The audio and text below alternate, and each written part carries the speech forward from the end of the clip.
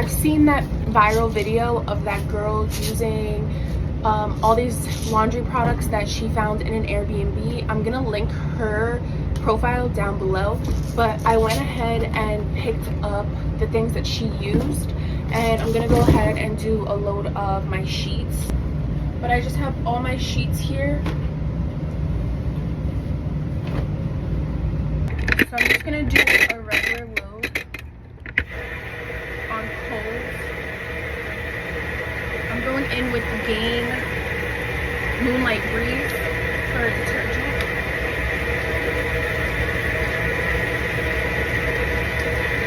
And I'm just gonna do one.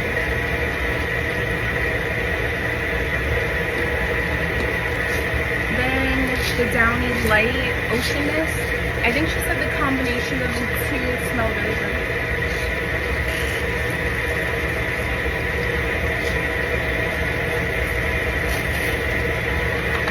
Have that liquid Downy that she used. My Walmart was out of stock, so I'm gonna try to get that off of Amazon.